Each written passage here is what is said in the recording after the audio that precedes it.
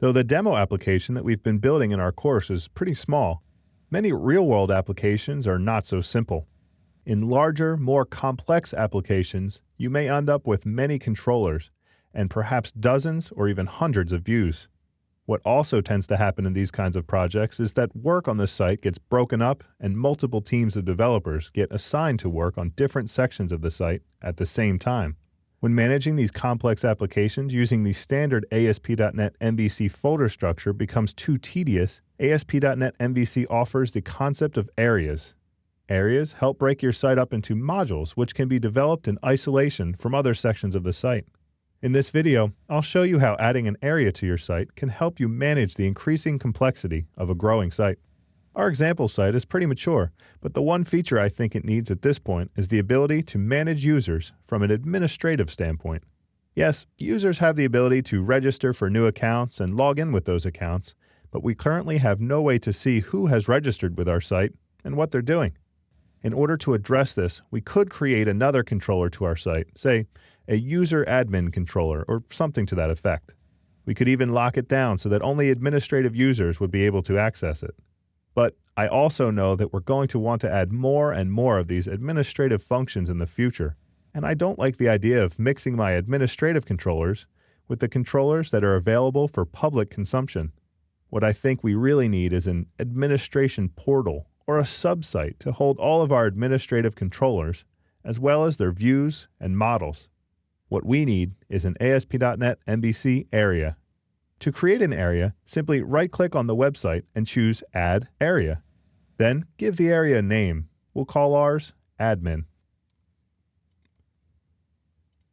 Visual Studio will then get to work generating a brand new folder structure for us within the new folder of our site called Areas. Look into this folder to find our new Admin folder, which looks something like a mini site. It uses the same model view controller folder structure just like our main website uses. And in the root of this folder is a class called Admin Area Registration. When ASP.NET MVC starts up, it searches all assemblies for area registration classes like this one and executes their register area methods. And in most cases, all the area really does is register a custom route to expose its controllers under a subdirectory off of the main website root.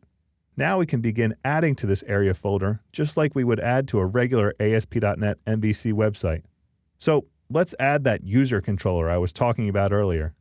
To do this, right-click on the Controllers folder in the Admin area and click Add Controller. We'll name the controller Users Controller. Then, because this is a quick and dirty administration page that no one but us will see, let's have Visual Studio generate the controller and its views for us. To do this, select the MVC controller with read-write actions using Entity Framework template option. Then choose the User Profile class, the class that the account controller uses to manage users, from the Model class dropdown. Finally, select the User's Context as the Data Context class. When you're ready, click Add and watch Visual Studio go to work.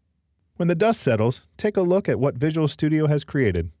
A new controller with index, create, edit, delete, and details actions. And then look at the Views folder to see that it's also generated the default views for these actions. Now, go ahead and run the site. Then, navigate to this controller through the path admin/users, and you'll be greeted with a list of users that are registered in our system, complete with edit, details, and even delete buttons for each one. The nice part about this whole thing is that we've got an area of the site that's just for administration, separate from the other controllers that regular users interact with.